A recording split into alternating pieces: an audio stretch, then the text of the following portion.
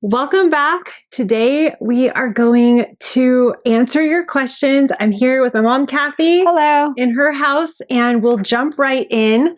We've had some really good questions lately. Just wondering how you separate your pictures. I'm in my 60s and have 3 sons. One played ball, so I know the other 2 wouldn't want any of those pictures, but trips, birthdays, etc. One container for their own photos. What about Christmas, etc.?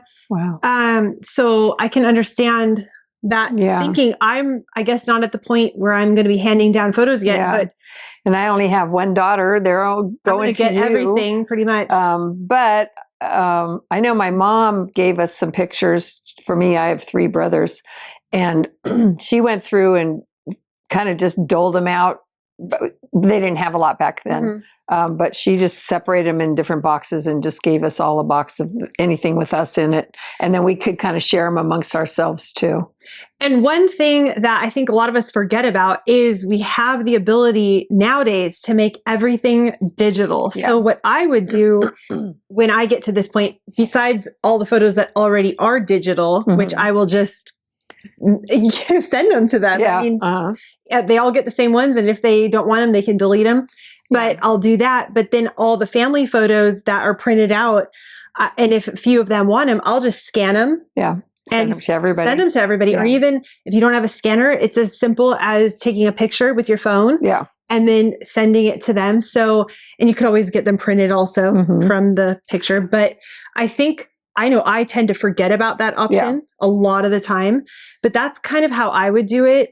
And as far as making books goes, I do have, over the years, I've made kind of a family book, one for the whole year. But then I do remind myself that all those pictures are digital. Yeah. So if they want to make their own books in the future, they can. Well, I'd say with all the photos that she has, obviously physical photos, and she's got boxes and stuff, I would have all of them come over with their mates and have a day of, here's all the photos, take what you want. I would let them come get what they want too. That might be a fun day. Or if you have one of them who's more in charge than the other ones, have that person come and help you divvy them up. Sort them out. Yeah. And just take the pictures of, there's only one photo. We'll all take a picture of it. So then we all make sure they really want it, because you could also go through all this effort and they'll go, I'm just going to throw that away. So don't even wear yourself out if they're not even going to want them, really. True. Yeah. So, because I know you were given a lot of stuff handed down that over time, these people are very, very old, generations ago, not even your family. Right. That you just got rid of. Yeah. Same with Dad. He had recycle. He didn't even know who the people were. Yeah. So make sure they want them. This next question says, hi, Shannon. Now that your kitchen is done, what is your next home project? So as some of you may know, we have been updating our home since we moved in here back in 2019. We moved into our home, and we've slowly been updating everything because it was the original stuff when we moved in from the 1950s. So we recently just completely renovated our kitchen. That took a long time. Yes. A long, long time. But we did it slowly in, different steps. So next on my agenda is, after we take a little break from projects, which we've already taken at least 2 months off now. And we want to take a little bit of time to not only get our energy back for a new project, but also just save up a little bit more money. And I really want to get the house insulated. So one half of the house is gets the afternoon sun and it's not insulated. So I want to get it insulated. I also want to replace all those windows on that side of the house, because they're the probably original windows from maybe the 70s. Yeah. And single pane, and they leak. You can smell. We recently had a fire in LA and the air was blowing towards us. Yeah. And it just was coming in the house, even with the windows shut. Yeah. So I want to replace all those windows, get them sealed up better, insulated better. And then I'm going to tell you guys this crazy project idea that I have that's going to make everyone go, what? So right now we have 3 boys and we have 2 bedrooms for them to be in. So 2 of them share a bedroom and one of them has his own, which is fine for now. But then we also have my office room, which I must have an office where I can shut the door because I work from home. I'm working 8 hours a day, every day, pretty much in my office doing stuff. And then we have our bedroom. Grant and I have a bedroom, obviously. And so what we're thinking of doing, which is kind of crazy, is kind of like this little sunroom here that my mom has that we're sitting in. Yeah. We have a place like that as well. And off of that room, there is the boys' shared bathroom and one of my boys' shared rooms. And so what we're thinking of doing, which is kind of hard to explain, but just shutting off this room like this that has the bedroom and the bathroom connected to it, and making that our master bedroom and the back room my office. Yeah. And then that bathroom would be our bathroom. Yeah. And that would become all one area. And then that would free up the other 3 rooms. So it would free up our master bedroom currently that we have and my office currently. So each boy could have their own bedroom. They're going to need it too, because they're going to be big boys in no time. And I know people can share bedrooms, but we're just envisioning that the day and age we're in right now, our kids could possibly live with us until they're in their 20s, 40s. We don't know. But we just want them to each have their own space. Yeah. And if that's a possibility and we can do it, we are thinking that that might be the best scenario for now. Yeah. And then in the future, when they move out, we can rethink it all. Sure. We could always change it back, change things around. Yeah. So that is in my head and, just always ticking away a possibility. That's how it starts. You just get an idea and then you start dwelling on it. And then before you know it, it's changing. So if we do that, we will be taking everyone on that journey. Yeah, if.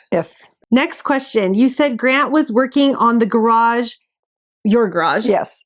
Is he self-employed and able to spend all the time he needs to finish your parents' garage, or does he have an employer and can only work on the garage on his own time?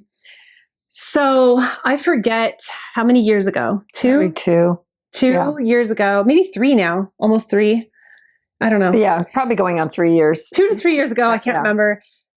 Grant was previously working for somebody as a finished carpenter in Orange County. So he would drive from LA County to Orange County every day, spending about 3 hours driving there and back. And he worked just normal hours he left the house at like 5 a.m. Yeah. Started at 7 a.m.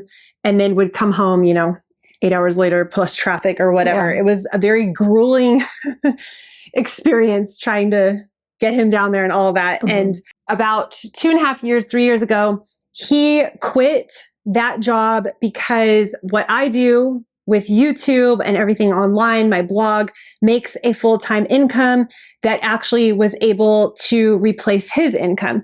So what we said was, why are we having you breaking your back trying to get to this job and all of that, even though it was great at the time? But now that we made enough money together, he could come home and work with me on all of our projects on the channels. And he has his own channel as well, which I can link down below. It's called Wood Guru. So we do put some of the project videos over on that channel as well. Not as often as we would like, because I am only one person and I do all the editing and all of that. So, but with him being home, I definitely consider it a team. It's a family business that we work on together, and that's how we make our money. So he doesn't have to drive anymore and all that. And he can do projects for you guys. And he does do little projects here and there for friends and family. And he fills in for you with the kids too when you can't get away. When I have to work on something that's due and all that, then he can do that. So we're like a team where we're filling in for each other. And then he completely renovated our kitchen and all of that. So we work together, and that's how we make our living. So he works from home with me on our business. Is it Kathy with a C or Kathy with a K? K, Kathy. Because your real name is Kathleen. Kathleen with a K. Yeah. So and one time I have a story.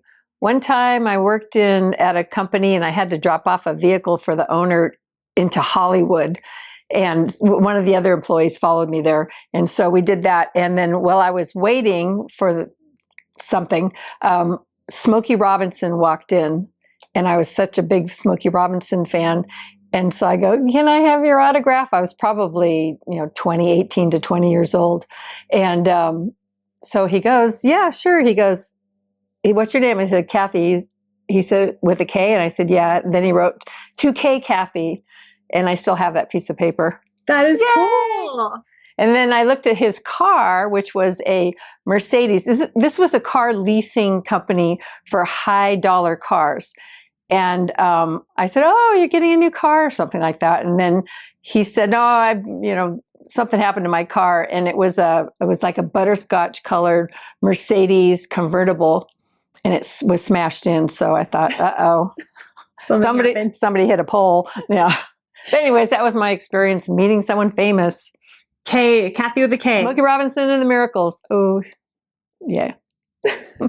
Before we get back to answering some questions, I want to share something very helpful, especially if you or someone you know is looking to get on Medicare, or maybe you're already on Medicare. That is Chapter. Medicare can be confusing, and Chapter is here to help with that. A call with Chapter can help you find the right plan for you. The call is completely free, and there's no pressure to sign up. Medicare plans change every year, even if your health hasn't. What worked for you 2 or 3 years ago might not be the most cost-effective or complete coverage for you now. I called Chapter and spoke with an advisor to make sure I was still on the right plan. It was free and easy. Once you're a Chapter member, they check in with you annually. Did your meds change? Did your doctors change? And rerun the numbers across 24,000 plans to make sure you're still in the right spot. It costs nothing to check, and the call is free, and there's no obligation to switch. For free, unbiased Medicare help, call 218-845-3773 to speak with my trusted partner, Chapter, or go to askchapter.org/Torrens. And thank you to Chapter for sponsoring this video. This is such an interesting question. Would you name all the jobs you and your mom have had? Wow. Okay, let me see. Start from the beginning. I'll do me. Let me see. So when I was about 16, I used to go with a friend to downtown LA, and I worked in a insurance company building down, high rise, because she worked there as a mucky muck. And so she brought me in to make some money. I would type checks out and just do miscellaneous stuff. So that was the summer job. And then when I was in high school, there was a sign up. I took all business classes. There was a sign on the job board, and it was local, and it was at a construction company, building a water salinization plant, getting the salt out of the water before it went to the ocean, or I don't know, some kind of thing where it was just all cleaning the water. Okay. Yeah, something like that. And then, so I got a job there. And the funny thing, I'll tell you a story. So it was pouring rain. And when I was in high school, I always wore short skirts and high heels. I don't know what that was about, but that was in the early 70s. So I had a little Pinto car, and it was a stick shift. And so I parked somewhere in the mud, and then I remember getting out and going, I'm stuck in the mud with my high heels. And so the guys that worked there, the boss came out, the manager, and he goes, so they go, let's push the car. And he goes, okay, step on the gas. I went, I covered this guy with mud. And I didn't get fired. It was so funny, but it wasn't funny at the time. Oh, it wasn't. Really mad. I really thought I was going to get fired, but he was like, what could he say? Like, what a dingbat, probably thinking. So anyways, I had that job for a while. If I thought, we're going to have to carry her in. I know. I was like, high heels. I have high heels on. I'm in the mud. I don't remember how I got in. He probably said, go home. Let's push her out and get rid of her for now. But, okay, so that was 16. And my first real job then that was just a part-time job after school. Then I went to a lamp manufacturer, and I got a job as a file clerk. And then I kind of moved up to order processing or something. And then I quit that job because I needed more money. And I went to a place called Sherwin Vega Speakers and Amplifiers. It's I think it's still in business. And they make all the equipment for rock and roll. And so that was fun because there was always rockers coming in and out. And I was there for a while. And then I moved back to Orange County from Los Angeles. And I started working for Yamaha, which was a motorcycle and music company. And I worked there in the purchasing department.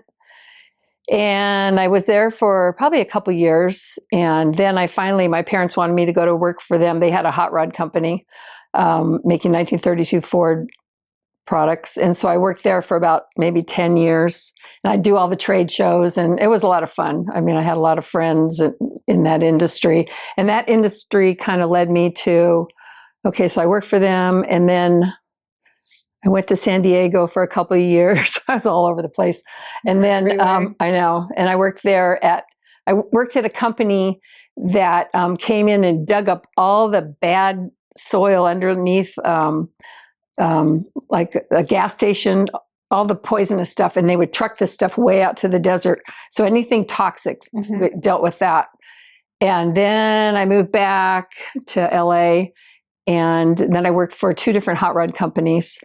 And then finally, where else did I work? And then I worked for a truck customizer. So it was all automotive and office kind of work. And you always worked in the office. I was purchasing promotions, taking orders, whatever you do in an office for a small business. I always liked small businesses, except Yamaha was big. Anyways, and then I worked on my own for a racing club. I managed that out of the house. And so other than that. And then you also volunteered. And I volunteered. I worked at the NHRA museum for probably about a year or two. Yeah. And you also would, I would say volunteer. I mean, you were the PTA president. Oh, yeah. You did a lot of school stuff. Yeah. I was always busy. Yes. And now you're a YouTuber. And now, now I'm on YouTube. So my job history is also kind of all over the place. I went to Cal State Fullerton. And before Cal State Fullerton, when I was in high school, I think I've mentioned this before, my friend and I cleaned people's homes, and that was on and off, but we did home cleaning. And then I also would do babysitting, dog sitting, all those kind of things, just here and there. Then I went to college, and while I was in college, I still did babysitting for a local family and dog sitting. And I got a job at the school where I would call alumni and raise money for Cal State Fullerton. So I forget what the actual title of that was, but did that. And then when I graduated, I didn't really know exactly what I wanted to do, but my mom said, put your suit on. You said, put your suit on, because I had my resume and I was going around trying to find a job. Yeah. And you said, put that suit on, and I'm going to tell you right now, the second you walk in somewhere, you're going to get a job. So she pulled up to DoubleTree Hotel, and I walked in, not even knowing if they were hiring or anything, had my resume, was wearing my suit, and the lady, it was crazy. She came running over to me. Yeah. Oh, hi. I said, I'm just dropping off my resume to see if there's any openings. Oh, I would love to meet with you. She just saw the suit and how you presented yourself. She was falling over herself just to funny. Get to somebody who came in looking to work. And so I trained, and I was a front desk person at the DoubleTree Hotel for maybe a year, I think.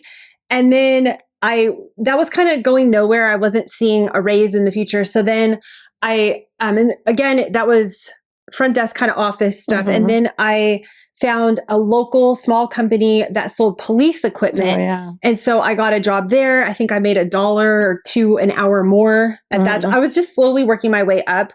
I worked there for maybe a year, 6 months, 9 months or something. And it was data entry, office-y things, whatever they needed me to do, pretty much. Go do this, go do that, whatever it was in the office. And then from there, I went to the LA County Fairplex, and I worked in the admin department there. And we set up all the LA County Fair programs for the fair. And we would set up and get all the different companies that were going to come in and have exhibits and stuff like that. So I worked there for probably a year. And again, it was just like a little incremental pay rise each time. And while you were doing all of that, you were also doing art. Yes. You were doing...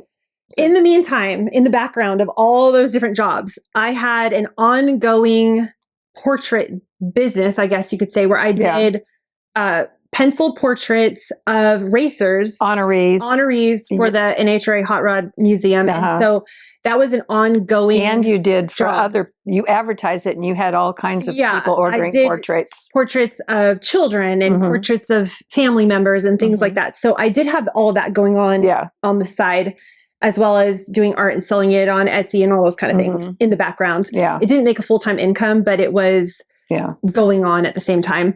And then, as I've told this story many times, I got the job to be a full-time nanny in New Zealand. So that was a whole year there being a nanny.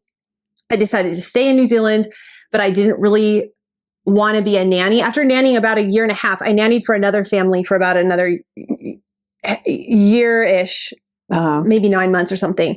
And then after that, I said, I don't really want to nanny anymore unless it's just on the side. And so I got a job in an office there at the front desk, answering phones, doing all kinds of data entry and purchasing, I guess, kind of thing, that kind of stuff. So kind of whatever anyone needed in the offices, I would just be there to help with that.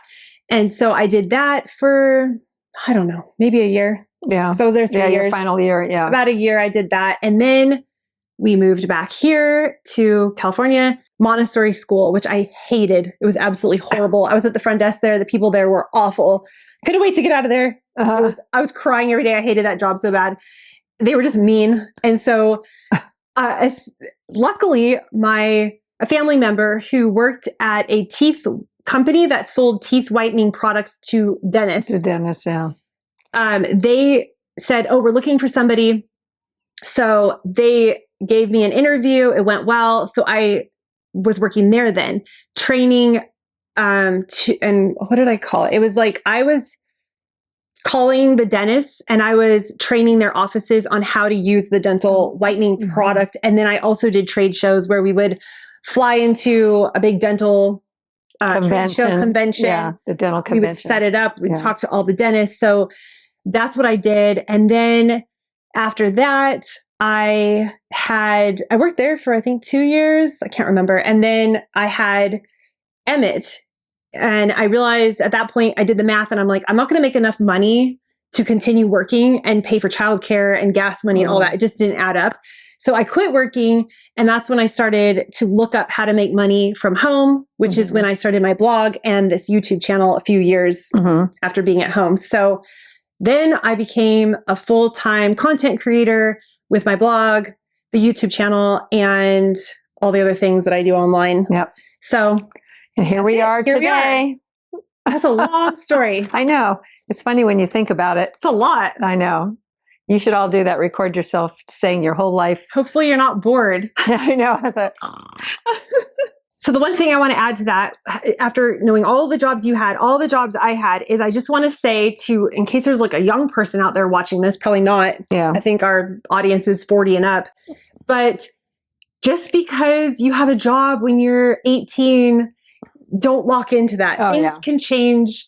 You can, go from doing something that seems like that's going to be the rest of your life, or you hate it, like that. I hated that job. And then you can find something that you love doing. So and you need all those to grow and to learn and get to become who you are. Yeah, they're all important. And it's stepping stones. I know every job I had, it was like I was going up a little bit. Oh, yeah. Just you learn about people. You learn about bosses, how to be an employee. Yeah. It's all good. Do you FaceTime with Grant's side of the family since they live so far away? Yes, we do the Facebook Messenger thingy where we can talk to them. So we do that once in a while.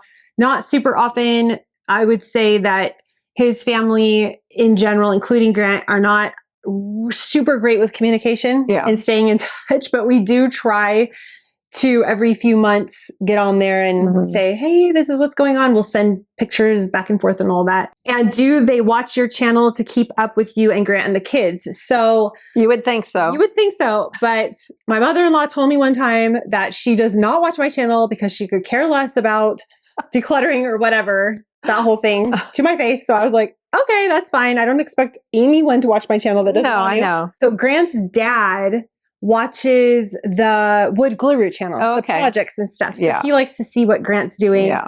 but his mom said she kind of like doesn't really care. That's fine. But you know, do what you want to do.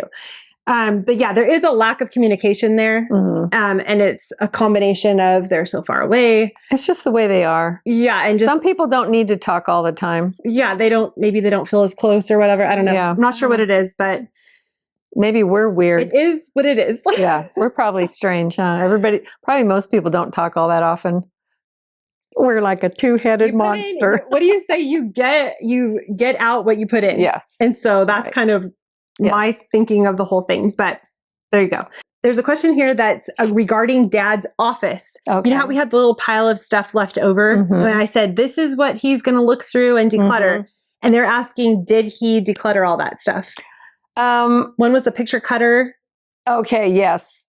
Most of it, I think. Yeah, with the picture cutter. I don't remember. Boxes, the metal boxes. Oh, yeah, those all went. I've been watching you for years. I think you two would have such fun doing a color consultation and finding your season. You can do it with AI now. So this is a very popular thing and has been for years. Yes. You said that before, that it's a popular thing. When I was younger. And like find your colors and then you only wear certain colors. Right. Purple if it's good on you, pink, whatever.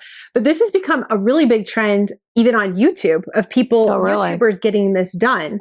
I even thought about doing this video, but then part of me doesn't really want to know because I'm not going to change what I wear. Yeah. I'm going to wear what I feel good in and what I like. Right. I don't really care if someone says you don't look good in this because I'm going to wear it anyway. Yeah. Well, you know what looks good on you. Yeah. You know what you like wearing. Even that orange shirt you wear that you just got. Remember I told you right when you bought it, I said, I don't know. I know. Usually, yeah. It just made your skin look kind of... So we should do it. We should just do it. We can video it or not, or just report back. But I thought about doing it. We can do it. I even wrote my hairstylist and said, oh, is that something that you do or can recommend somebody who does it? Because I think it'd be fun to have someone do it for you instead of AI. But I have heard people doing it with AI. You just put your face in and you say, what colors would be good with these skin tones? We could do that. The thing about AI is it's blind. Well, that's the problem. AI can't see. People don't know this, but AI can't see. Then how do they know? They go and they search the internet and they say, okay, I see a face similar to this. And people said that this color was good on that face. And you know what I'm saying? Okay. They just take information out there. Yeah. So when people ask AI things like that, I'm kind of...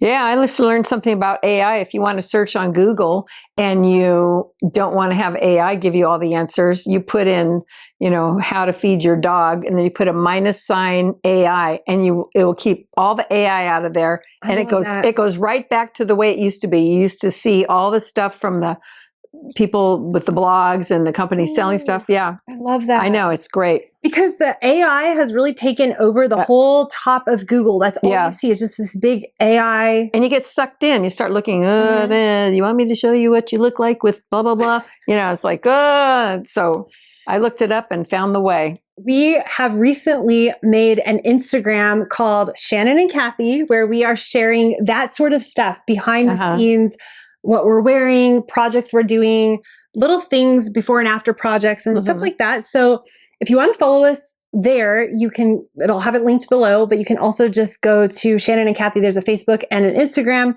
Just thought it would be fun to have a little bit more community there and share a little bit more behind the scenes stuff that we're doing. Yeah. Thank you so much for joining us in this video. If you're new, you can hit the subscribe button and we will see you in the next one. Goodbye. Bye.